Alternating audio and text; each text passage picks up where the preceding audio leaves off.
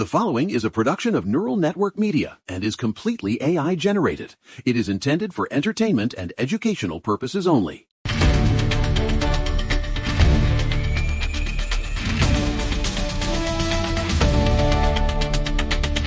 Thursday, March 12th, 2026. Welcome back to the Neural Right, your daily dose of common sense in a world that has, quite frankly, misplaced its collective mind.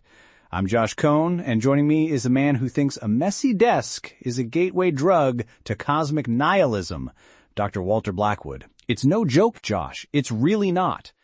If you can't even manage the basic topography of your own workspace, how on earth do you expect to stand against the chaos of the state? It's a tragedy. It really is. Well, we've got plenty of state-sponsored chaos to unpack today, folks. It is a busy show. Yesterday, we did a deep dive into Operation Epic Fury, the U.S. strikes in Iran, and that win for parental rights in the Mirabelli versus Bonta decision. We're carrying that momentum forward because the world isn't slowing down for anyone's lived experience. Roughly speaking, the world is a dragon that demands constant vigilance. And if you're not watching, if you're not awake to the architecture of the being, it'll swallow you whole. You see? Okay, gang, let's get into it. We've got a solid show today. Actually, it's quite a fascinating mix of developments. It's more than fascinating, Josh. It's critical. I want to start with something that's been weighing on me, this expansion of the surveillance state in Scotland. They've announced these AI integrated traffic cameras at 12 undisclosed locations, and it's a bloody nightmare. Right. They're using what they call probability processing to detect if you're wearing a seatbelt or, God forbid, touching your mobile phone. It's the Eye of Sauron, but with a government pension. Well, let's look at the data on that. But Josh, it's not just about data. It's about the fundamental violation of the internal cabin of the individual. You see, the car used to be an extension of the home, a private sphere where you were the sovereign, and now they've invited the devouring mother archetype to sit in your passenger seat and scold you for adjusting your belt. Okay, but for the sake of argument, Transport Scotland says 169,000 drivers a day aren't wearing seatbelts. That's a massive liability. Liability? It's a tragedy of incompetence. Right? Look at what happened to Lisa Taylor in Western Australia. This is the blueprint they're following.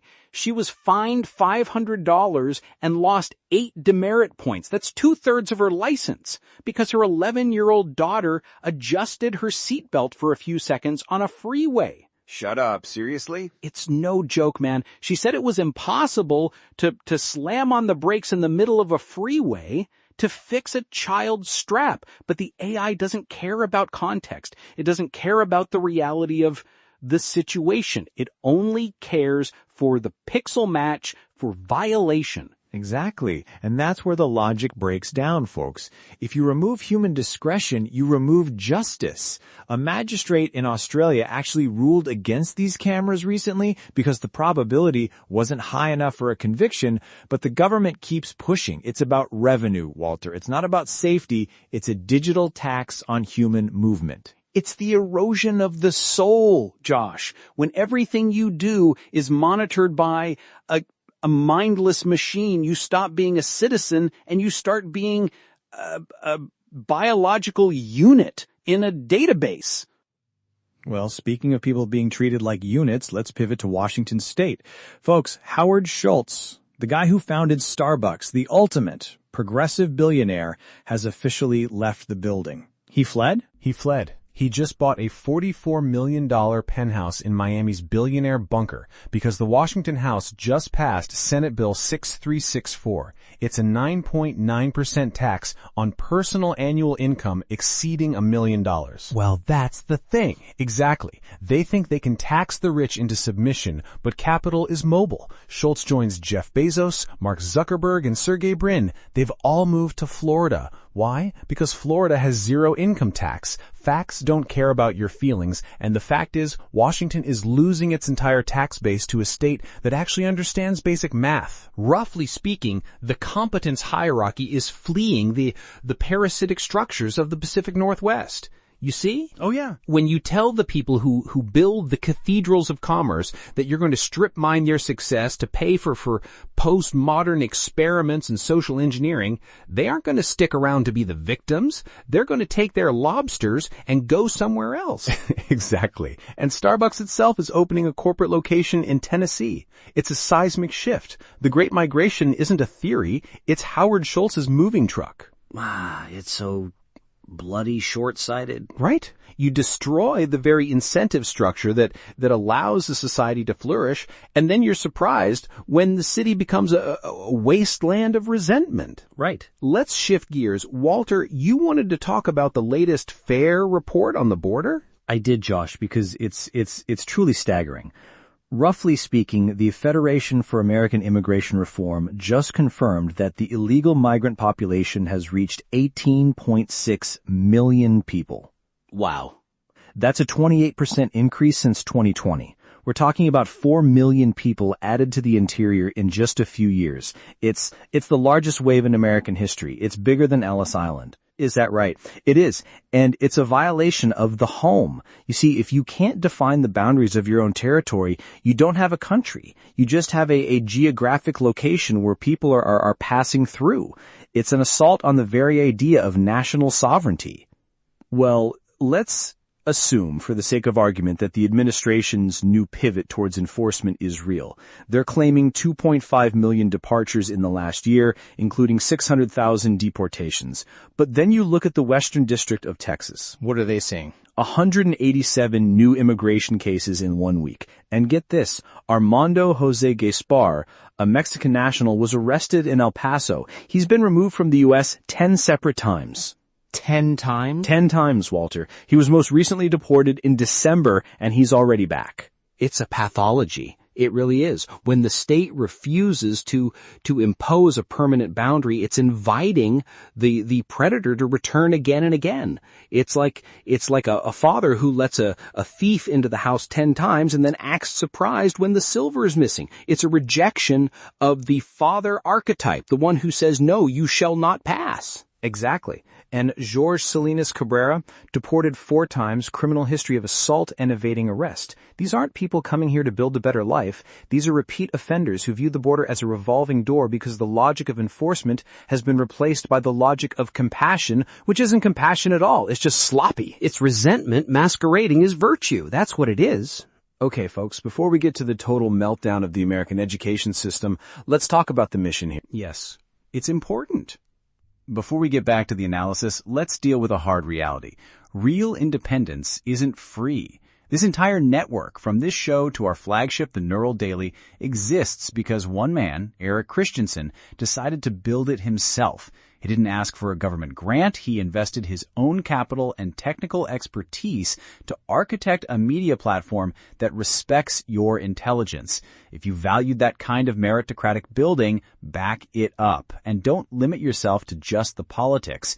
Get the full strategic picture by subscribing to the Neural Daily and the rest of the network. Support the builder and you support the mission. It's the individual taking responsibility, Josh. That's what we need more of. Speaking of a total lack of responsibility, let's look at the National Education Association's annual leadership summit. Folks, they're not even hiding it anymore. Hope floats, anchoring racial and social justice in the floods of authoritarianism. It's linguistically absurd, right? It's a semantic soup designed to distract from the fact that they aren't teaching children how to read. They're having sessions on running a local pack drive. They've admitted they're an activist front. Okay, let's be real. The NEA is basically the HR department for the radical left at this point. While they're talking about hair discrimination, the American Federation of Teachers is organizing day of action protests against ICE. Against ICE. Yes. Randy Weingarten has turned a labor union for teachers into a political weapon against border enforcement. My wife, who is a doctor, is constantly dealing with the fallout of these educational shifts. How so?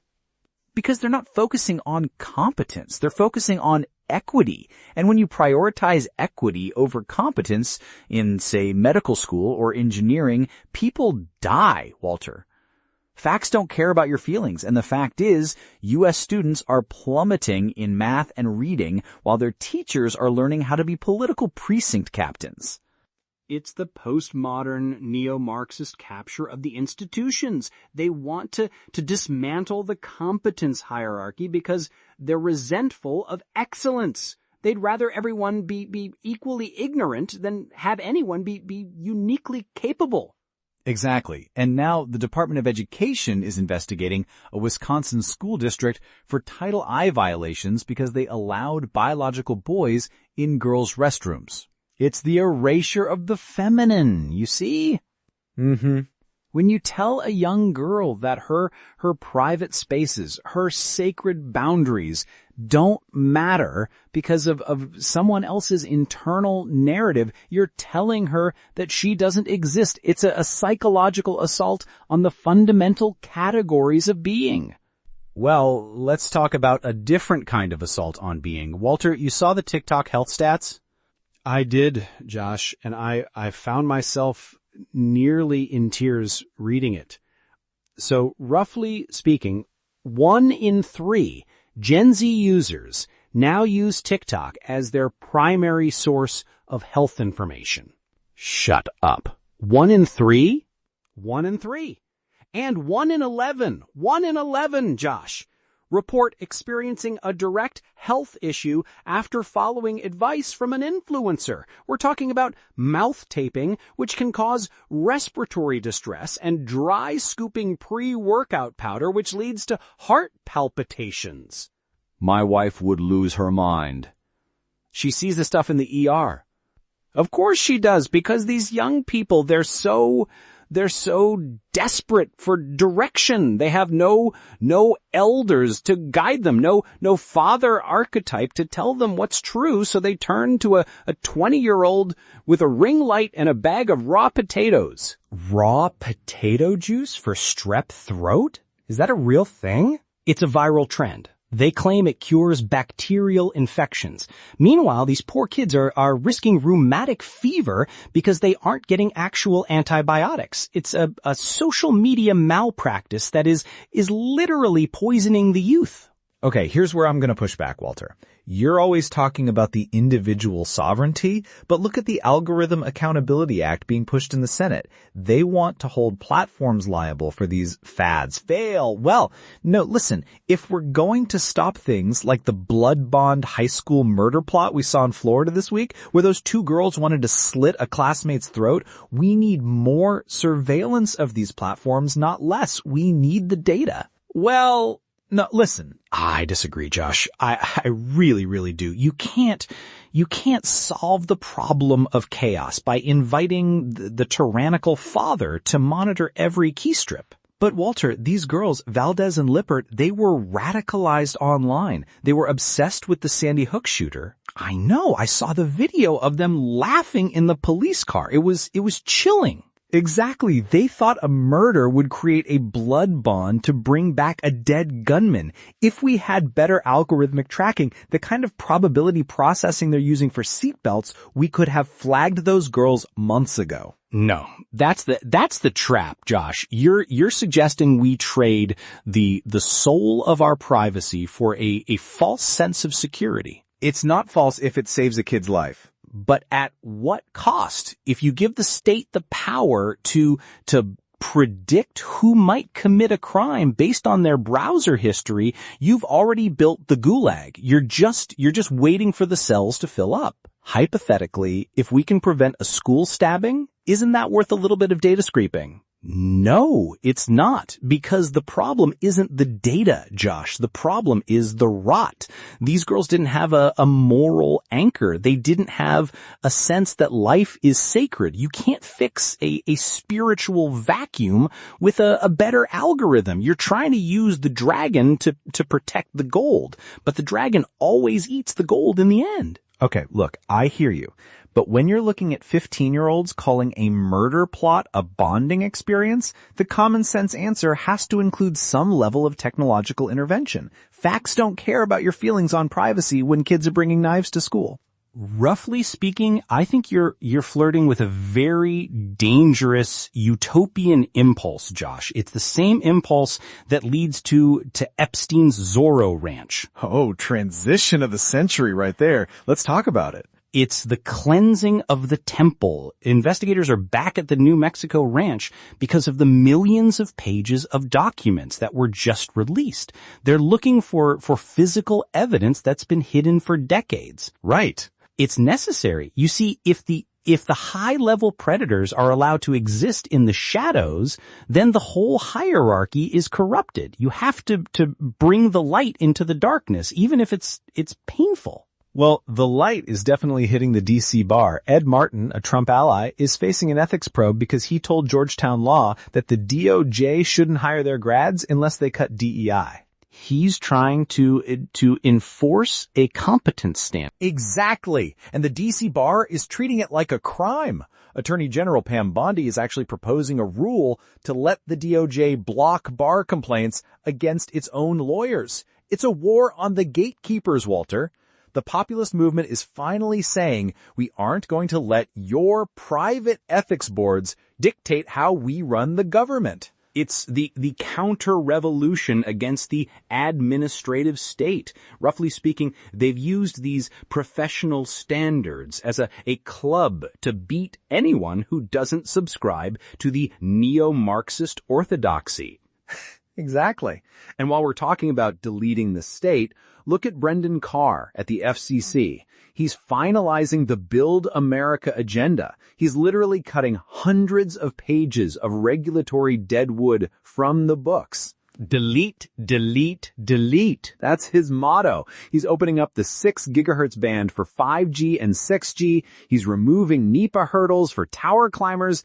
And the data shows it's working. Home internet prices dropped 3.1% last year because he's removing the friction. You see? Oh yeah, when the bureaucratic vampire stops sucking the blood out of the builder can actually build. It's the restoration of the Promethean spirit. Let's wrap this up with a story that's it's the perfect microcosm of everything we've talked about. The World Baseball Classic, Mark DeRosa. Oh, the managerial meltdown.